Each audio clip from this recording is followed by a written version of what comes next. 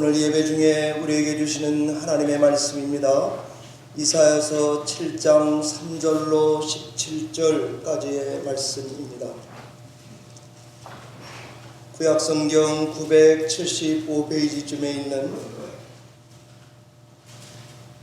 이사야서 7장 3절로 17절까지의 말씀을 두 절씩 교독해서 읽겠습니다. 하나님의 말씀입니다. 그때 여호와께서 이사야에게 이르시되 너와 내 아들 스알 야숲은 윗못 수도 끝 세탁자의 밭 큰 길에 나가서 아하스를 만나 그에게 이르기를 너는 삼가며 조용하라. 르신과 아람과 르말리아의 아들이 심히 노할지라도 이들은 연기나는 두 부지깽이 구루터기에 불과하니 두려워하지 말며 낙심하지 말라.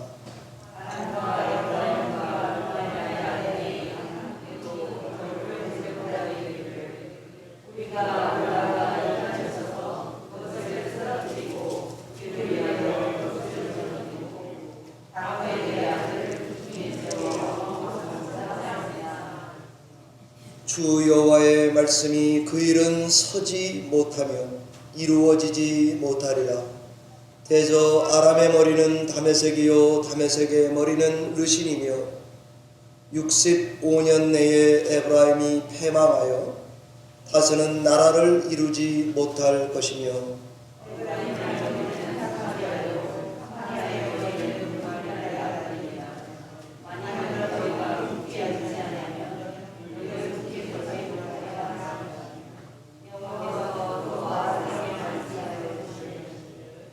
너는 내 하나님 여호와께 한 징조를 구하되 깊은 데에서든지 높은 데에서든지 구하라 하시니 아하스가 이르되 나는 구하지 아니하겠나이다.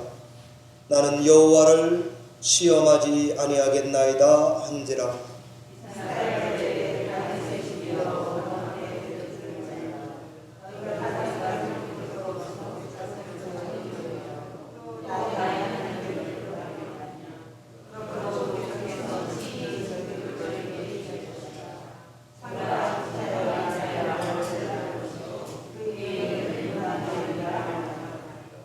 그가 악을 버리며 선을 택할 줄 알 때가 되면 엉긴 젖과 꿀을 먹을 것이라. 같이 읽습니다.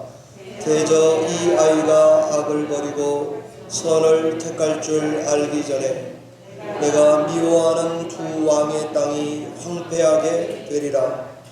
여호와께서 에브라임이 유다를 떠날 때부터 당하여 보지 못한 나를 너와 내 백성과 내 아버지 집에 임하게 하시리니 곧 아수르 왕이 오는 날이니라.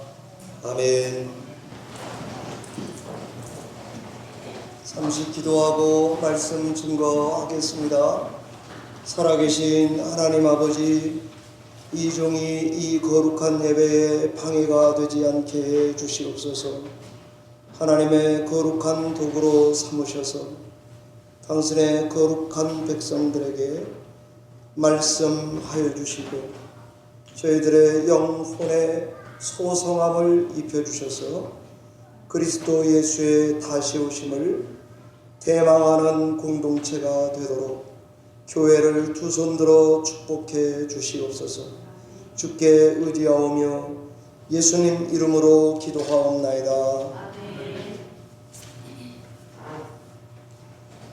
오늘은 12월 첫째 주입니다.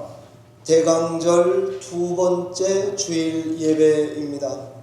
지난주는 아브라함을 통해서 기다림의 부르심, 기다림 의로의 부르심이란 말씀을 증거했습니다.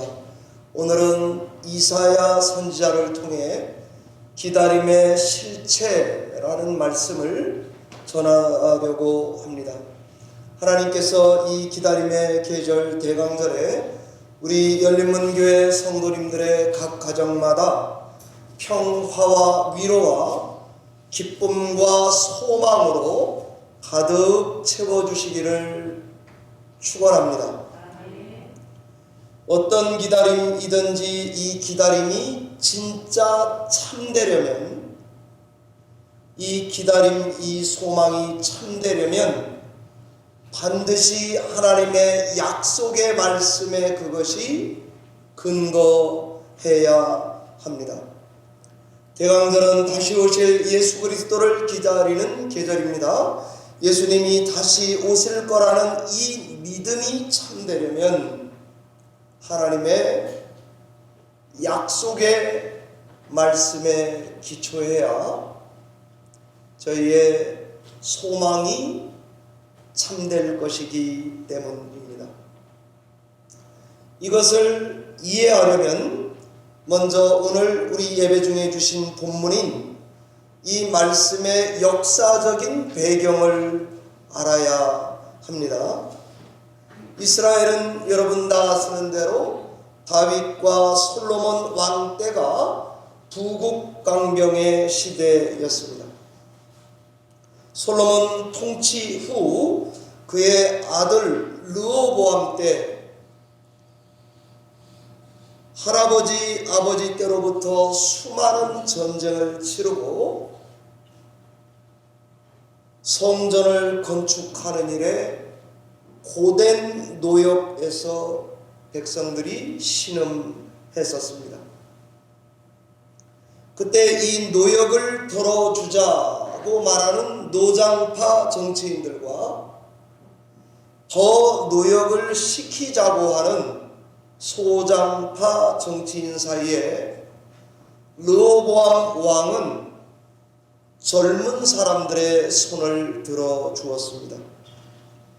그 결과 나라는 둘로 양분되었고 그것이 우리가 아는 북이스라엘과 남유다로 나뉘게 된 것입니다. 북이스라엘과 남유다가 각각 고군분투하면서 나라를 세워가고 있을 때에 오늘 주신 이 본문 말씀은 바로 이사야 선지자를 통해 남쪽 나라 유다왕 아하스에게 전달된 하나님의 예언의 말씀입니다. 다 아시는 대로 이사야 7장 14절 이하의 말씀은 예수님의 동정녀 탄생을 예언한 말씀으로 유명한 말씀입니다. 처녀가 잉태하여 아들을 낳을 것입니다. 그 이름은 임마누엘이라고 하라고 예언하셨습니다. 이 이사야 7장 14절의 말씀이 마태복음 1장 23절에 와서 재인용됩니다. 누가 봐도 성탄절과 관련 있는 말씀입니다. 그런데 오늘 우리가 읽은 이사야 본문의 16절을 보시면 두 왕의 땅이 황폐하게 된다는 거랑 성탄절이랑 뭔 상관이란 말입니까? 당연히 관련이 없습니다. 그러니 우리는 성경을 읽을 때에 이 예언은 적어도 두 가지 서로 다른 관점, 배경, 맥락에서 이 예언을 하고 있구나라고 눈치를 채야 옳습니다. 우선 이렇습니다.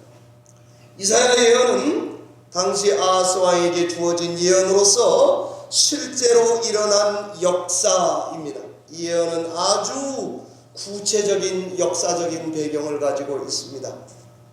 연대를 정확히 말할 수 있습니다. 주전 735년에서 733년 사이에 유다 나라가 위기에 빠졌을 때가 그 연대입니다. 그때 남유다는 아수르, 아시리아 군대의 지배 아래 있었거든요.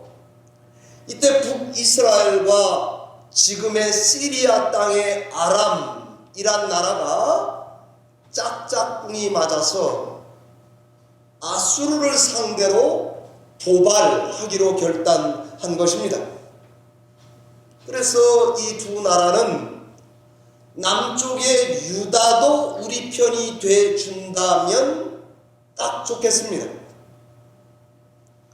그러자 북이스라엘과 아람이 유다에게 동맹을 신청했는데 유다가 보기 좋게 거절한 것입니다. 이렇게 되니까 북이스라엘과 지금의 시리아 나라의 힘이 하나가 돼서 남유다를 다스리는 아하스 왕을 끌어내리고 자기들의 친정부 다부엘의 아들을 왕으로 세우려고 침공하게 됩니다. 이렇게 되니까 남유다 아하스 왕이 불안한 거예요. 야, 이러다가 나라 망하겠구나. 어떻게 해야 합니까? 그래서 남유다 왕 아하스는 고민에 빠졌습니다. 이때에 이사야 선지자가 그의 아들 수알야습과 함께, 오늘 성경 본문 그대로입니다, 윗목 수도 끝에 가서 아하스 왕을 만나게 되었습니다. 이렇게 말했습니다.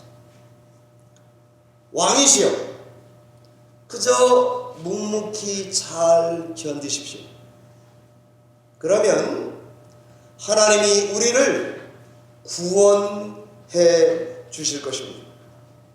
아하스가 안 믿겨요. 그래서 이사야가 하나님과 하나님의 말씀을 믿으시라고 징조를 하나 제시했습니다. 그 징조는 한 여자가, 젊은 여자가 임신해서 아들을 낳을 겁니다. 그 이름은 임마누엘입니다 라고 징조를 가르쳐 주었습니다.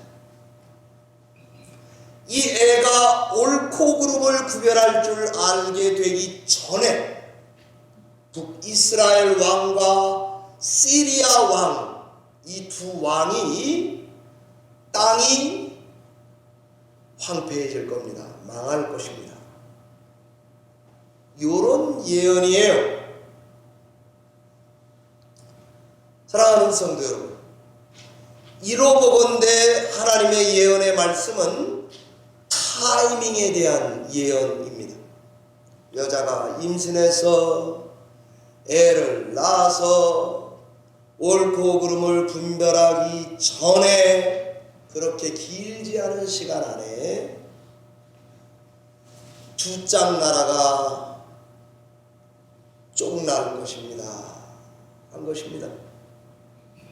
아하스 왕은 가만히 있어서 기다려야 했는데 마음이 불안했습니다. 그래서 사신을 아수르 나라에게 보내서 도와주시옵소서 청했습니다.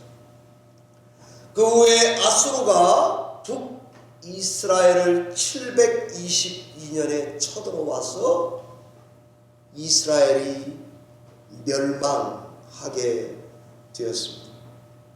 이것은 일반 역사가들도 잘 아는 실제 역사입니다. 두 번째, 이 말씀은 성탄절과 아주 밀접한 예언입니다. 예수님이 동정녀 마리아에게 성령으로 잉태되었다는 말씀 아닙니까? 단 한 번밖에 일어나지 않은 일을, 도저히 불가능한 일이 일어날 때에 하나님의 징조라고 예언했던 말씀이 요 사건을 보고 마태가 하나님의 아들 예수 그리스도 메시아의 기원을 증명하는 증거 구절로 이사야서 7장 14절을 다시 소환해내고 있습니다. 기다리던 이분은 하나님이셨습니다. 처녀의 몸에서 났습니다. 그 임신은 성령으로 된 것이라고 하는 얼토당토 않은 것 같은 이 사건, 도저히 일어나지 않는 일, 역사에 딱 한 번 일어날 일을 이사야서 7장 14절을 재인용해서 하나님의 예언의 말씀을 재소환, 불러내서 아브라함과 다윗의 자손 예수 그리스도의 세계입니다 라고 증거했습니다. 사랑하는 성도 여러분, 이로보건대 우리 성도님들의 기다림이란 것도 바로 이런 요소 같습니다. 우리 성도들의 기다림과 소망이 참된 이유가 있습니다. 이것을 성경은 마치 우리 열린분교회 성도들, 예수 믿는 성도들의 기다림은 이런 것입니다 라고 3D로 보여주는 것 같습니다. 과거에도 이사야가 역사 속에 단 한 번 일어날 일을 아스 왕에게 임마누엘 예언 전했습니다. 그런데 이 과거의 예언의 말씀이 400여 년 후에 실제로 역사 속에 또 일어납니다. 다시 오실 메시아를 기다리던 성도들이 이사야서 7장 14절의 말씀에 다시 주목하게 됐습니다. 이 대강절에 우리도 다시 오시리라는 하나님의 약속이 이루어지기를 우리도 다시 기다리고 있습니다. 하나님의 예언 약속을 기다린다는 말은 하나님의 구원의 징조를 찾는다는 말입니다. 이런 계절에 우리 하나님이 과거 역사에도 일하셨지 돌아보는 시간입니다. 동시에 그런 약속을 하신 하나님이 장차 오신다 그랬지 타이밍을 기다리는 시간입니다. 우리 기다림은 과거에 기초합니다. 동시에 우리 기다림은 지금 현재의 구원의 징조를 찾게 합니다. 이사야가 받은 징조가 아스로 하여금 하나님의 구원을 의식하게 만들었듯이 마태가 마태복음을 읽는 성도들에게 과거, 현재, 미래에 우리와 함께하는 하나님의 임마누엘을 찾아야 한다는 걸 일깨워 주었듯이 오늘 우리도 하나님의 임재를 계속 찾으라고 말씀하시는 것만 같습니다. 선지자의 예언은 망원경과 같습니다. 여러분 지금 스마트폰 다 있는 것에 카메라를 켜시고 살짝 터치하시면 초점이 자동 재설정되는 것과 같습니다.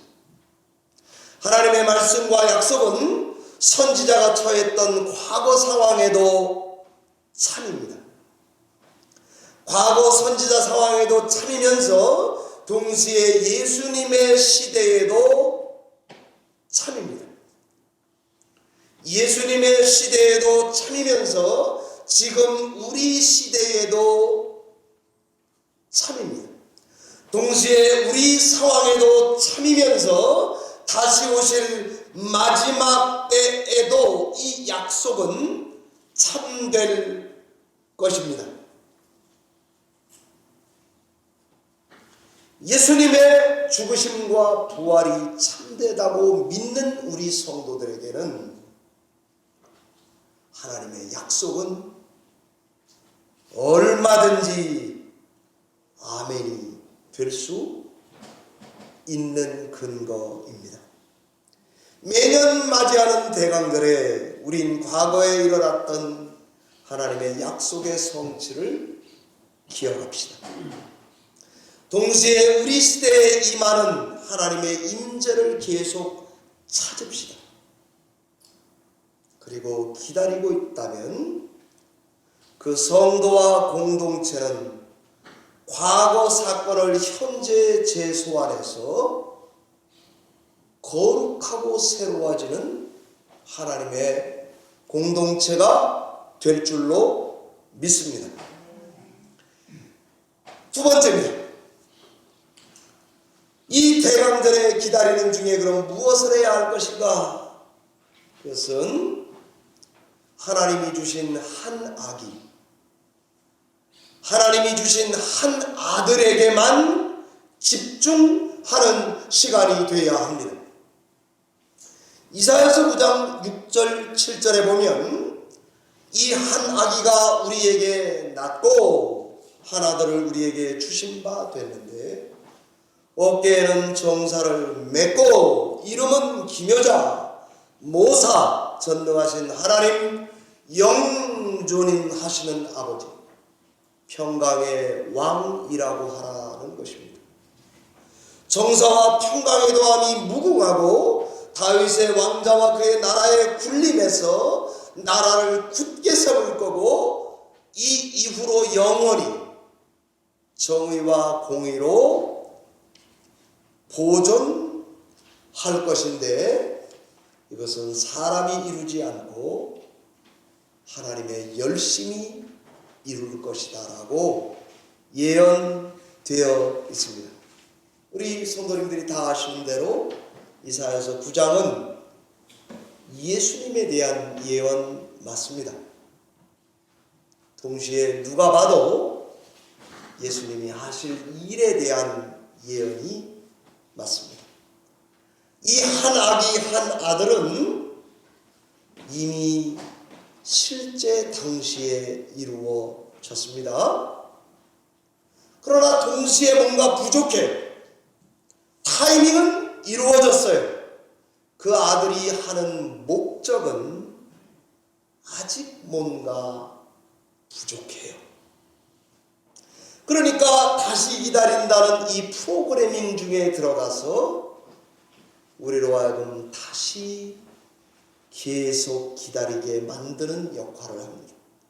마치 배에서 망망대해에서 길을 잃고 밤에 가는 배라고 한다면 등대의 불빛의 반짝임이 나를 계속 그쪽으로 가도록 인도해 가듯이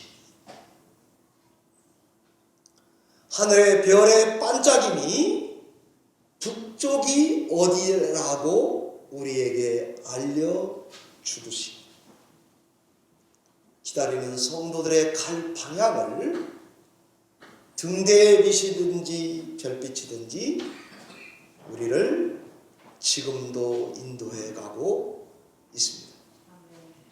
이사야서 9장 1절로 7절에 앞뒤 문맥을 보면은요, 제가 이렇게 묵상이 됩니다. 앞에는 암흑과 재앙의 말씀이에요. 그리고 뒤에도 심판의 말씀이 있습니다. 유다의 하나님의 백성이 어떻게 저에게 전멸될지를 알려주더라고요. 니네 이렇게 망할 거야. 이렇게 기록되어 있더라고요. 많은 사람들이 넘어져도 어떻게 망하게 될지를 알려주는 말씀으로 되어 있더라고요. 여러분 다 읽어보시면 나옵니다. 소리를 질러도 반드시 망할 거다. 아주 저주를 하더라고요. 허리를 동이라 계획을 세워봐라. 니네 뜻대로 절대로 안 될 거다. 아주 저주를 퍼붓더라고요. 9장 13절은 하나님이 그래도 안 돌아오신대요. 그리고는 9장 1절로 7절에 한 아들에 대한 예언이 다이아몬드 같이 딱 들어가 있습니다. 한 아기 아들에 대한 예언의 말씀이 여러분은 판단해 보세요. 심판입니까? 희망을 주는 것입니까? 절망입니까? 재앙을 주시는 것입니까? 이사야 선지자는 이것을 보자기에다가 함께 쌓아놓은 것 같습니다. 당시에도 여호와의 날을 700년 전에도, 예수님 오시기 700년 전에도 기다리고 있었습니다. 그런데 이사야가 하는 예언을 잘 들어보면 재앙인지 평화인지 헷갈립니다. 절망하라는 건지 희망하라는 건지 헷갈립니다. 이 재앙이 임박했지만 소망이 섞여 있는 애매모호한 말씀을 예언했습니다. 그래서 기대 심리가 있어서 이사야 때도 기다려야 했습니다. 예수님 때도 기다려야 했습니다. 부활 승천하시고 난 지금 우리 시대에도 예수님을 기다리고 있습니다. 승천하시는 마지막 순간 여러분 다 아실 거예요. 사도행전 1장에 보면 마지막 대화 장면에서 이렇게 묻는다고요. 답답하니까. 이스라엘 나라를 회복하시니 이때인가요? 이렇게 물어요. 이스라엘은 그때도 기다렸다고 해요. 저는 이런 점에서 우리가 대강절에 예수님 다시 오심을 기다린다고 하는 게 어떤 의미인지를 눈치챌 수가 있습니다. 이사야 선지자를 위시한 모든 선지자의 기다림이라고 하는 것은 기다리고 있어요. 그런데 유다는 자기의 죄로 망할 거예요. 재앙 중에 있어요. 소망의 징조가 그 안에 감춰져 있어요. 우리가 사는 시대를 우리는 직면하면서도 동시에 예수님을 기다리는 근거입니다. 예수님은 평화를 가져오셨습니다. 정의를 세웠습니다. 공의를 보존하실 것입니다. 그러나 아직도 우리는 갈등과 분쟁, 러시아와 우크라이나 전쟁을 목격하고 살아갑니다. 세상은 빛의 세상인 동시에 어둠의 세상이기도 합니다. 빛만 있거나 어둠만 있지 않습니다. 우리는 아직도 그 가운데 살고 신앙하고 있습니다. 우리가 사는 세상에 빛을 불어넣으시는 예언의 말씀입니다. 그렇습니다. 예수님은 성도들에게 지혜로운 조언자입니다. 예수님은 전능하신 하나님 맞습니다. 영원히 존재하는 성도들의 아버지입니다. 하나님의 백성의 행복의 원천입니다.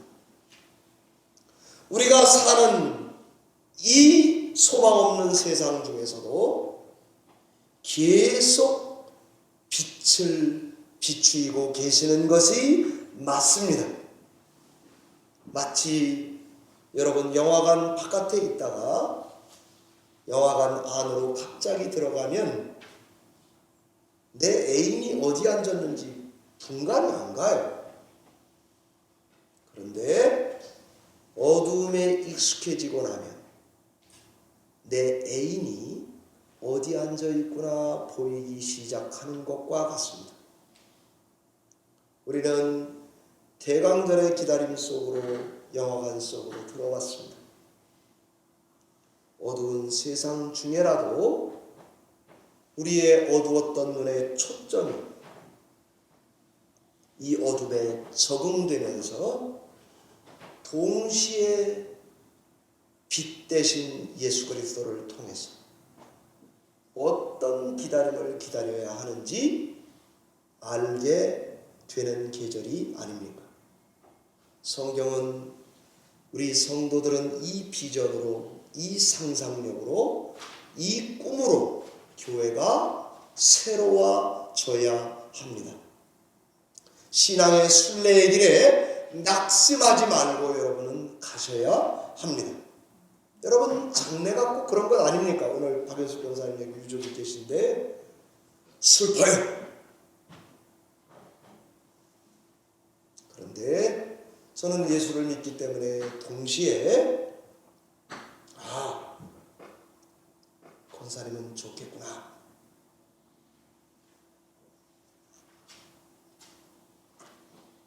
그거 괜찮다. 이런 생각도 동시에 들어요.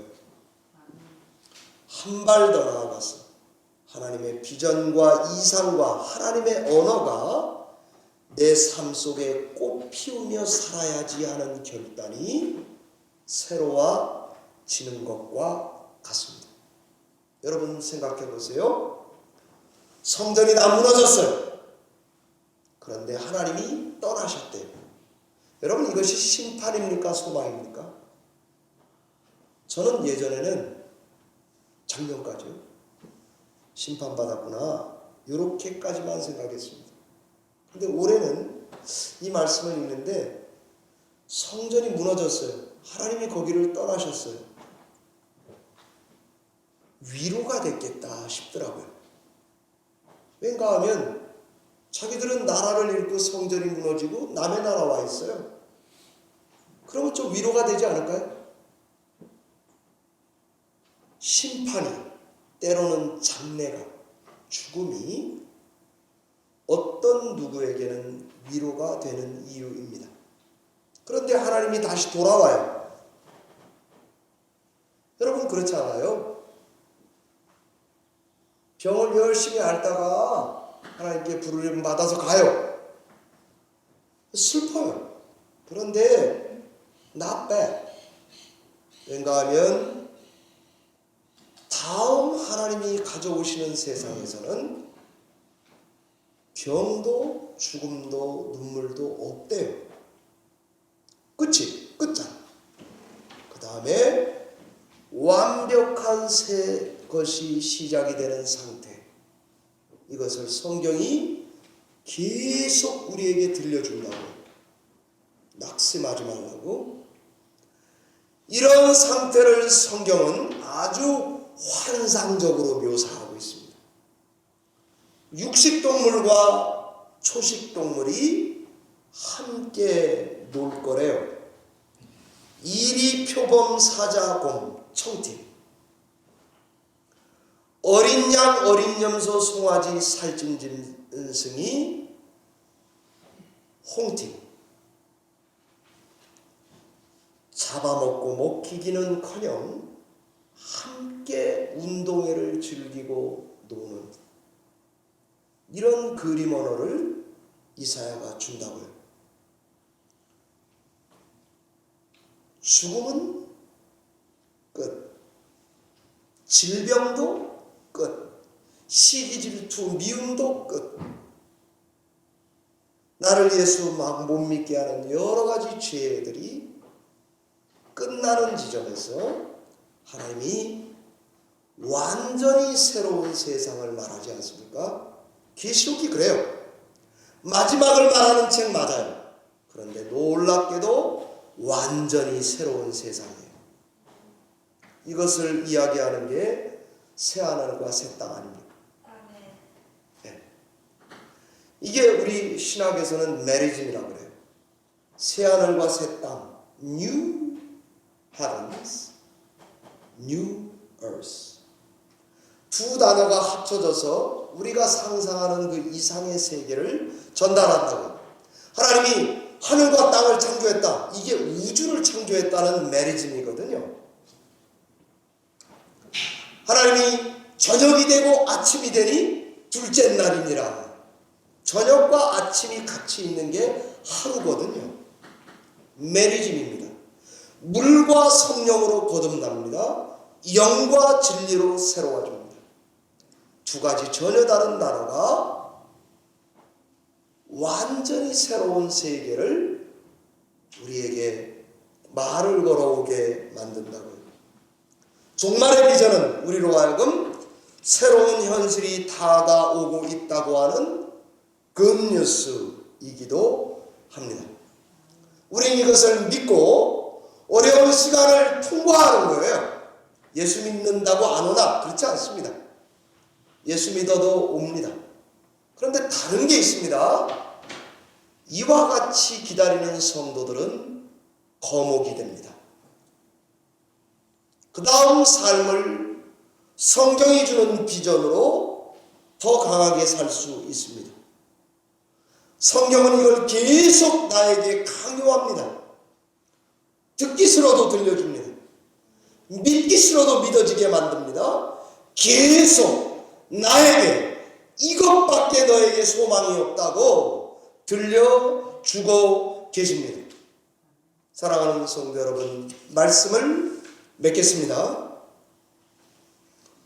여러분 다 아시는 대로 우리 대한민국이 16강에 들어가게 되었습니다. 처음에는 한국이 우루과이랑 비겼다 그러더라고요. 그랬더니 매스컴에서 정말 잘 싸웠다 이렇게 카피를 뜨더라고요. 그래서 비겼는데 뭘 잘 싸웠나 싶었어요. 그 다음이 가나랑 싸웠는데 졌어요. 그러니까 매스컴에서 졌지만 잘 싸웠다 그러더라고요.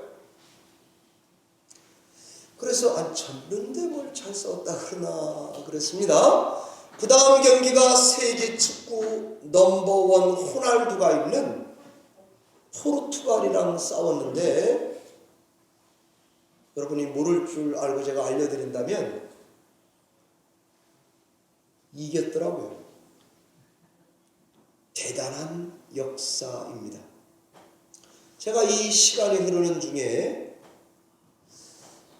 요 게임에 집중하면 되는데 저도 모르게 자꾸 일본이랑 비교하게 되더라고요.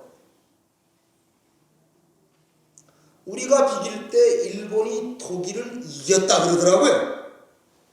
아주 기분이 안 좋더라고요.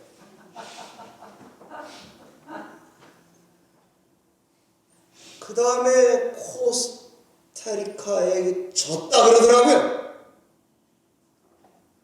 우리가 질 때 졌다 그러니까 아주 기분이 좀 괜찮더라고요. 그러다가 일본이 우승 후보 스페인을 이겼다 그러면서 우리도 일본도 16강에 간다 그러더라고요. 같이 간다 그러니까 기분이 그렇게 좋지 않더라고요. 여러분 제가 여러분 속을 지금 설명해 드리는 건데 아주 기분이 안 좋으시죠? 네. 저는 그랬습니다. 그래서 너무 기뻐하면서 저희 집 아들에게 야 봐라 한국 사람들의 이 다이나믹이 살아있지 않느냐? 일본까지 거 뭐 별거 아니야? 그 다음에 브라질을 만난다 그러더라고요. 그래서 브라질까지 거 이런 생각이 들더라고요. 제가 이렇게 막 흥분해가지고 이러니까 저희 집 아들이 저한테 이러더라고요. 아빠 투머치. 한국 사람들은 너무 편향적이라는 거예요. 저는 어릴 때부터 우리 할머니 할아버지 얘기를 듣고 자라서 일본은 반드시 이겨야 되는 걸로 아직도 생각하고 있어요. 예수를 믿어도 이 병이 고쳐지지가 않아요. 네. 그래서 제가 저의 이 기쁨을 우리 아들이 안 알아주니까 기쁨이 배가가 안 되니까 아주 기분이 안 좋더라고요. 제가 왜 이런 이야기를 하나하나 조곤조곤 짚는가 하면은요, 이 땅에 살면서 우리의 기쁨, 우리의 바람, 소망 이런 것들이 다 비교에서 오는 것이라면 참된 것이 아닙니다. 우리 권사님 중에 한 분이 단톡방에 그렇게 쓰신 게 기억이 납니다. 모든 게 잘 돼가니까 자만하다면 성도는 안 되는 것입니다. 모든 게 안 돼가니까 낙심한다면 그 또한 안 되는 것입니다. 제가 이 말씀을 준비할 때 우리 엄문자 권사님 카톡이 탁 올라오더라고요. 저는 이거는 설교에 써야 되겠다. 왠가 하면 제가 깨달은 거랑 딱 맞더라고요. 승패를 떠나서 여러분 어디에 감동이 있습니까? 제가 보니까요, 하나님의 예언의 말씀 약속을 붙들고 우리 페이스대로 죽으라고 경주하는 길입니다. 여러분, 저는 이번에 이 16강 올라가는 거에서 가장 인상에 남는 부분이 이강인이었어요. 맨 마지막에 이제 게임 끝났어요. 이제 우리가 질 거예요. 1분 남겨놓고요, 코너킥을 차러 가는 이강인이 응원을 유도하더라고요. 계속 소리 질러달라. 계속 응원해달라. 그 현장에 있었던 사람들이 똑같은 얘기를 하더라고요. 우리가 곧 질 것 같은 완벽한 순간에도 응원을 유도하는 그의 집념을 보면서 눈물이 났다는 거예요. 어쩌면 신앙의 길도 이와 같습니다. 우리의 신앙의 기다림은 성패에 달려있지 않습니다. 비교에 달려있지 않습니다. 마지막까지 하나님의 약속을 붙들고 끝까지 경주하는 사람에게만 주어지는 감동, 그리고 그 성취를 여러분과 저는 반드시 보게 될 줄을 믿고 기다리는 강림절이 되시기를 바랍니다. 기도하겠습니다.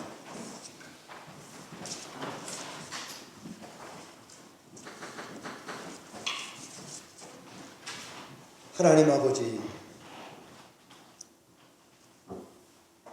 우리 속이 너무나 지저분합니다. 이 대강절 기간 다시 오실 예수님을 기다리면서 우리 안을 깨끗하게 청소하고 하나님의 거룩한 약속에 빗댄 말씀을 받아서 우리의 믿음대로 기다림을 경주해가는,